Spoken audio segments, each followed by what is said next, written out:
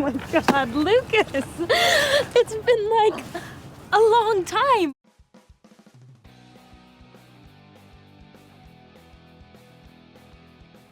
Number 10, Joe Manganiello. I just want a chance to explain myself. Fine.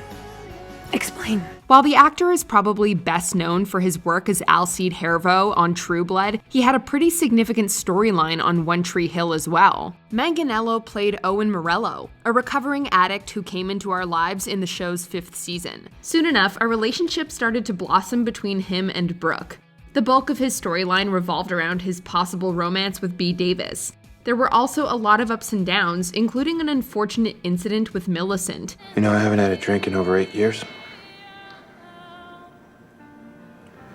Tonight, that's gonna change. I haven't had sex in over 22 years. And tonight, that's gonna change. But Owen also saved Rachel's life and helped Nathan out. Sadly, there was simply one misstep too many to make things work with Brooke. Manganello didn't disappoint though, as he brought just the right mix of grit and heart to the character. What about down the road? For a guy like you, I might just come crawling back. Number 9, Mechia Cox. Oh my God, Lucas! It's been like a long time. Nowadays, Cox has found success through her work on a variety of hit television shows. Notably, she played Sasha in 90210, Sabine, Princess Tiana in Once Upon a Time, and Robin Charles in Chicago Med. Not to mention that as of 2019, she's been playing Nyla Harper on The Rookie. But before all that, the actress was actually in one episode of One Tree Hill. She played Faith Banks, an old friend of Lucas's who moved away from Tree Hill. As the two catch up, we get a glimpse into what life was like before Lucas joined the Ravens. Morgan Finley, senior bitch, captain of the cheerleaders. You know how much she tortured me and my friends. Until one day some freshman boy came along and defended me. Some boy named Lucas Scott. After that, they tortured you all year. While her appearance was brief, her character had an important impact on Luke and viewers alike. Don't be a stranger, Luke. Hey, the phone goes both ways. Yeah, I know, but I didn't say keep in touch. Number 8, BJ Britt. Britt did a stellar job playing Devin Fox, a basketball player with NBA aspirations. His cocky attitude is reminiscent of a Season 1 Nathan, and there was some tension between them at first. See, I'm the point guard and this is my team.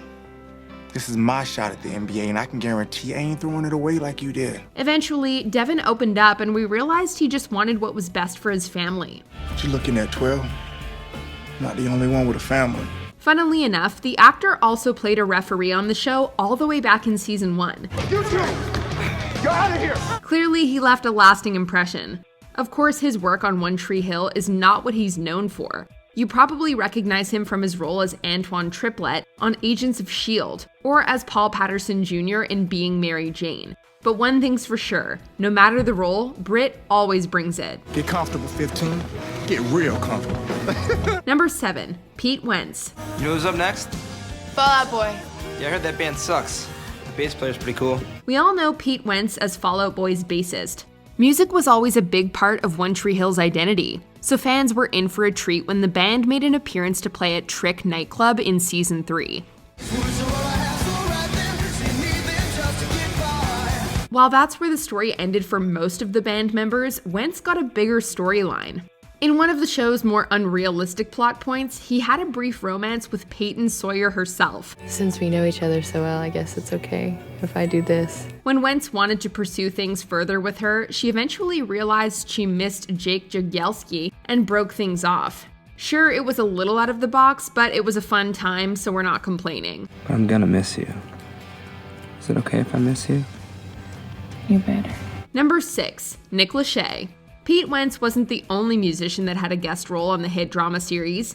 Nick Lachey came to town in hopes of convincing Haley to let him record one of her songs. Because I really want you to say yes. Your song is great, and trust me, I've listened to a lot of new songs for this album. She was initially reluctant, but ultimately agreed. Interestingly, he also reveals he has a bit of a romantic past with Brooke, and even accompanies her to Lucas and Peyton's wedding. Luke, Julian, I'd like you to meet my date, Nick Lachey. Hey, Nick Lachey. Hi. Hi, Foreman. Of course, she's madly in love with Julian at this point, so it doesn't go anywhere. I think you've made Julian jealous enough, don't you? Is it really that obvious? It is when you kiss me. I mean, you forget I've had a real Brooke Davis kiss. Still, we got to see Nick Lachey sing and saw him lean into his heartthrob status. It was a treat to watch all around. Number 5, Evan Peters. You probably remember Sam's awkward friend and eventual love interest, Jack Daniels. Kidding, right? From his unique name, to the heartwarming storyline between him and Sam, to his unstable brother Xavier, Jack was an unexpectedly memorable character. So while he initially seemed marginal, Daniels grew to leave his mark on Tree Hill. I just wanted to do that. So it was bittersweet when he left to be with his new family. When you kissed me, it was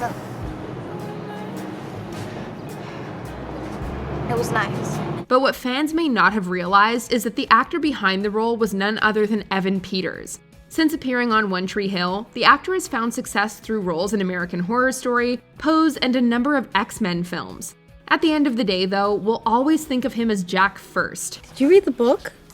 Saw the movie. Number 4, Shaun Young. What is this? What the hell is this? A big part of the show's 3rd and 4th seasons was Keith Scott and his murder. Other than Dan and the viewers, Abby Brown was the only other person who knew the truth about what happened. Shaun Young played her mother, Hope, in one episode. She initially didn't want Abby to say anything about what she saw. In a bid to protect her daughter, she even had her pretend she wasn't in her right mind. As soon as I make enough money, we'll go someplace different. We will, but for now, we have to do it this way. Why?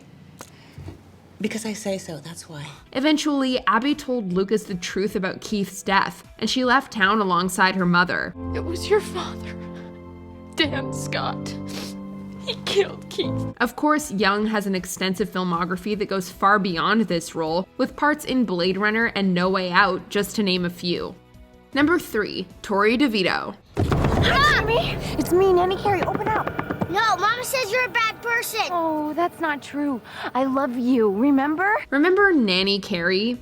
The one who infiltrated Nathan, Haley, and Jamie's lives and ended up causing way more trouble than anyone could have bargained for? I never meant for it to turn out this way. Did you go by Jamie's school today?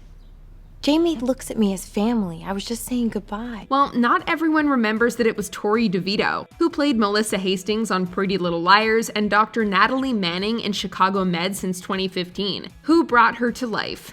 And Devito isn't the only actress to star in both Pretty Little Liars and One Tree Hill. Amanda Schull, who played Meredith Sorensen on PLL, played both Clay's late wife Sarah Evans and stalker Katie Ryan. There's no doubt that what made both Carrie and Katie such compelling villains is how great a job these actresses did in their portrayal of them. You're welcome to watch from here, but I'm sure you can find a seat down below. Oh, I'm fine. My son's the ring bearer. Number 2, Ashley Rickards. So what's going on here? Before rising to fame as Jenna Hamilton in the hit TV show Awkward, Rickards played Samantha Walker, a teenager stuck in the foster care system with nobody to look out for her. After a difficult start, Brooke took her in and mothered her as if she were her own. I'm so sorry. It's okay. It's okay. You're safe, you're okay. She even wanted to adopt her, but Sam ended up reconnecting with her birth mother.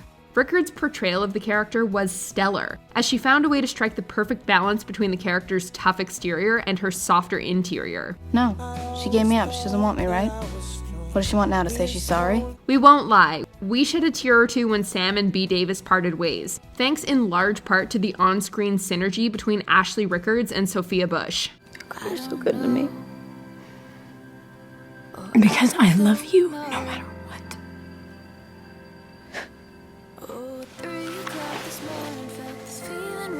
Before we unveil our number 1 pick, here are some honorable mentions. Candice Patton. She played Katie's roommate. I also found her lithium in the garbage.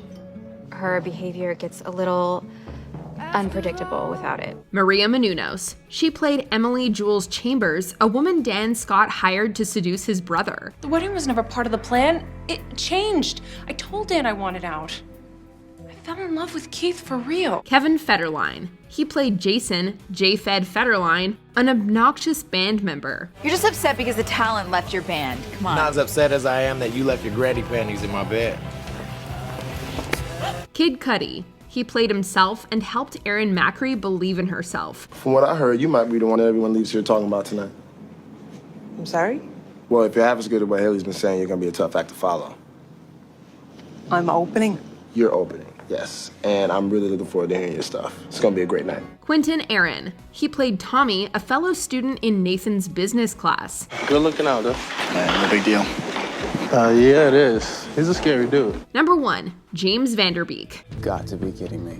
Lucas Scott, you son of a bitch! When Lucas and Julian were trying to find a director for An Unkindness of Ravens, nobody really seemed to understand their vision.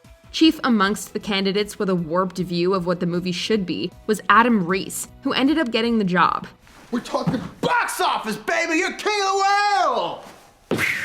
But the kicker is that he was played by none other than Dawson's Creek star James Vanderbeek. Who's that? Kiss. That's right, the man behind Dawson Leary himself had a multi-episode arc on One Tree Hill. It's the crossover we never knew we needed, though his character here was the polar opposite of Dawson. You have a decision to make, okay? Audiences like boobs. I didn't make that up. It's the way it is. Sex sells. So I say, go with the girl with the nice rat. There's also an added layer of humor when you consider the numerous comparisons that were drawn between One Tree Hill and Dawson's Creek back in the day.